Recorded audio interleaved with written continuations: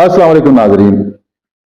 आज का एक ही मौजू है, आप सब के इल्म में है, उस पर थोड़ी सी आपसे बातचीत करते हैं कि 21 अक्टूबर को मियां नवाज शरीफ साहब पाकिस्तान तशरीफ ला रहे हैं और कल उनकी हाई कोर्ट में वो जो दरख्वास्त दी गई उसके हवाले से भी आपके इल्म में है कि वो दरख्वास्त जो है उनकी राहदारी की जो एक जो है कि गिरफ्तारी से बचने के लिए वो भी हो गई है मंजूर। आपको पता ही है कि जिस तरह वो पाकिस्तान आ रहे हैं तो ये सारी चीजें ऑटोमेटिकली बड़ी तेजी के साथ बेहतरी की तरफ उनके हक में। और आप देखेंगे कि अदालती फैसले जो इस वक्त या अदालती कार्रवाइयाँ या नैब की या जो भी मशीनरी काम कर रही है उसमें मियां नवाज शरीफ साहब के लिए गुंजाइश बढ़ती जा रही है और इमरान खान साहब के लिए गुंजाइश जो है वो ऐसा ऐसा कम होती चली जा रही है। आगे वाले दिनों का हाल अहवाल कोई इतना ज्यादा मुश्किल नहीं है अंदाजा लगाना कि क्या होने जा रहा है। तो ये भी कहा जा रहा है, बहुत सारे जो तजिया निगार हैं वो ये बात कर रहे हैं कि शायद 2/3 अक्सियत भी मियां नवाज शरीफ साहब को मिल जाए, आने वाले इलेक्शन में खुला मैदान मिल जाए उनको।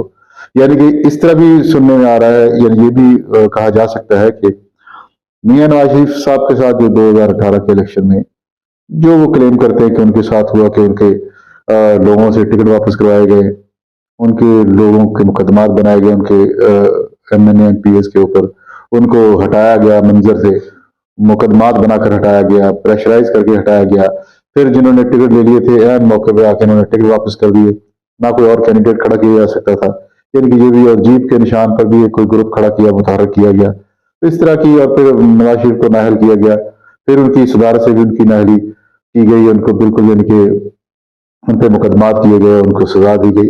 यानी कि ये जो सूरत हाल थी 2018 के इलेक्शन से पहले 2017-2018 में, तो वही सूरत हाल यानी कि बिल्कुल ऐसे ही है जैसे कि उसका रुख पलट दिया गया हो। और वही हालात जो है जो कल नवाज शरीफ के लिए पैदा हुए थे आज वो इमरान खान के लिए पैदा हो गए। तो आगे जो सियासत है, अगर मैं ये समझता हूँ कि इमरान खान की पाकिस्तान तहरीक इंसाफ जो पार्टी है, अगर उनकी सियासत यही रही गालम गलोच और प्रोपोगंडा और एक जो खामखा की एक झूठ यानी कि और सच को मिक्स करके चलना, मैं ये समझता हूँ कि मेरे ख्याल में पाकिस्तान तहरीक इंसाफ के बहुत सारे दोस्त जो हैं वो भी इस चीज से उकता गए होंगे, वो भी चाह रहे होंगे कि जो हकीकत पर मबनी है वो भी वही खबरें हैं। सियासतदान जो होते हैं वो मुज़ाकरात करते हैं, सियासतदान जो होते हैं वो बातचीत का दरवाजा कभी बंद नहीं करते, सियासतदान मुतकब्बर नहीं होते, सियासतदान का तकब्बर से दूर दूर तक कोई कनेक्शन नहीं होता। मिटे हुए लोग होते हैं और बातचीत पर यकीन रखते हैं और बातचीत पर ही इंसार करते हैं। मुज़ाकरात जो होते हैं वो बेहतरीन हिकमत अमली होती है सियासी लोगों की। अगर सियासतदान मुज़ाकरात नहीं करेंगे, तकब्बर का मुजाहरा करेंगे, तो उनका जो है मुस्तकबिल वो इतना रोशन नहीं होता।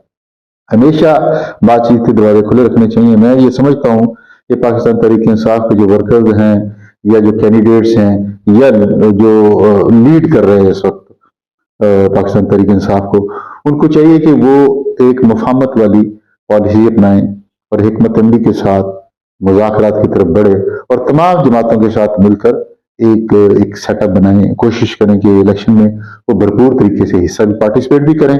और जो अभी आपको पता ही है कि फारूक हबीब साहब भी पाकिस्तान तहरीक इंसाफ को खैरबाद कहकर इस्तेहकाम तहरीक वो जो जागीर तरीन साहब का जो ग्रुप है उसमें शामिल हो गए और वो अब फारूक हबीब साहब पता नहीं क्या करेंगे वहां जाकर। और भी उस्मान डार साहब ने भी पार्टी छोड़ दी, सदाकत अब्बासी साहब के साथ भी। अब बाज राय ये भी है कि जबरदस्ती प्रेस कॉन्फ्रेंस करवाई जा रही है, या बाज हल्के ये कह रहे कि नहीं ये सोच विचार के लिए छुपे हुए थे, 9 मई के बाद ये छुप गए थे और 9 मई के बाद के छुपने के बाद ये कितनी देर तक छुप सकते थे, इसलिए इन्होंने प्रेस कॉन्फ्रेंस करके दूसरी पार्टी को ज्वाइन करने में ही आफियत समझी। नवाज शरीफ साहब की वापसी जो है, क्योंकि जब इनको खतरात थे और जेल की सोबतें बर्दाश्त कर रहे थे, उस वक्त ये हिकमत अमली थी कि इनको पाकिस्तान से बाहर निकाला जाए और इनको लंदन भेजा जाए। उस वक्त की हुकूमत जो इमरान खान साहब वज़ीर आज़म थे, उसकी वक्त की हुकूमत ने इनके जो टेस्ट वगैरह करवाए उस बिना पर इनको बाहर जाने की इजाजत दे दी।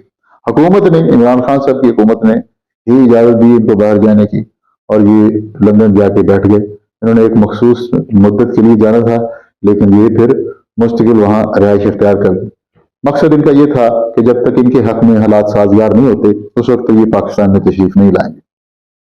और अब लगता है कि उनके हक में हालात साजगार हो गए हैं, इसलिए उनकी पाकिस्तान में वापसी हो रही है। लंदन से चले, सऊदीया तशरीफ लाए, वहाँ उम्रा किया, उम्र के बाद वो अभी दुबई, और दुबई से वो पाकिस्तान तशरीफ लाएंगे। और उन्होंने जमानत भी ले ली है ताकि 25 तारीख तक उनको गिरफ्तार ना किया जाए। 25 तारीख को वो अदालत में खुद पेश होकर अपनी वजह बताएंगे कि लंदन में उनका कयाम जो है वो तवालत क्यों इख्तियार कर गया।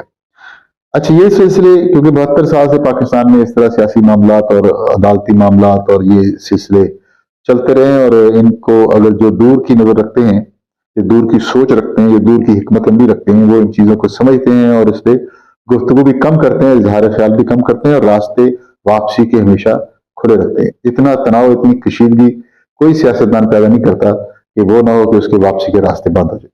मियां नवाज शरीफ साहब को भी अगर बाहर, या उनके साथ जो मुशर्रफ ने डील की, या उनको बाहर जाने का मौका मिल गया, या इस वक्त वो लंदन, यहाँ इस 2018-19 में वो लंदन चले गए 19-20 में, तो उस वक्त भी उनको इसी शराइत पे, क्योंकि वो बोलते फिर कम है, वो अपना इजहार राय नहीं करते। मुशर्रफ के साथ डील करके जब वो सऊदीया गए थे 10 साल के लिए, 7-8 साल गुजरने के बाद, यानी कि उन्होंने कोई बयान जारी नहीं किया और खामोशी इख्तियार की।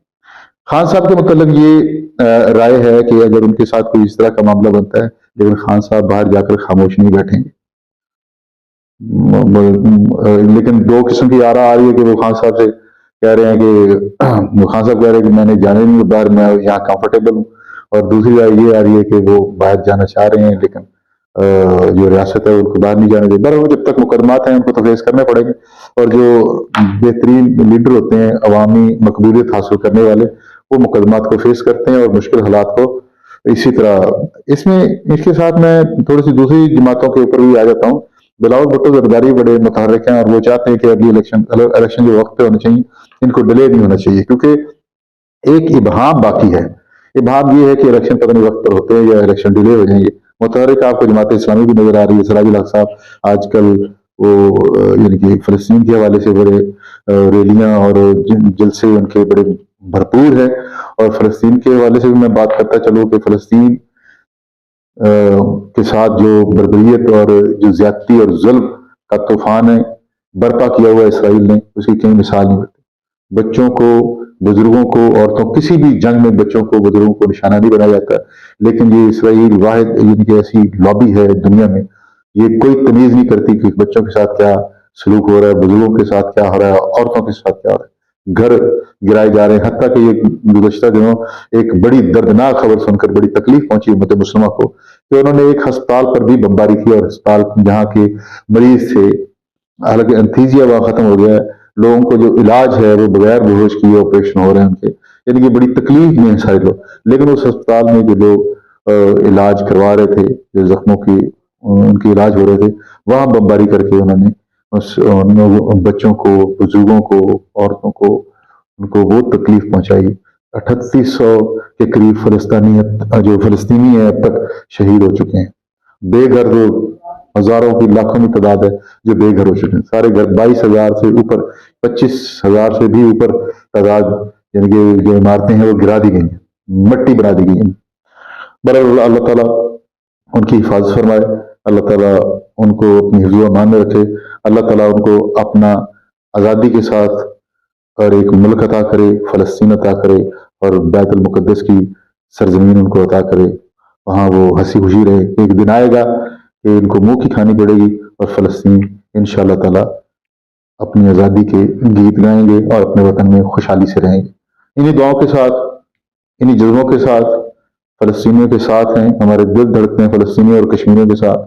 फलस्तीनियों ने, कश्मीरियों ने बहुत बड़ी कुर्बानियां दी हैं, अभी कुर्बानियां दे रहे हैं। अल्लाह ताला उनकी कुर्बानियां कबूल करे और उनको एक आज़ाद वतन अता फरमाए। अब तक के लिए इतना ही, बहुत बहुत शुक्रिया। अस्सलाम वालेकुम।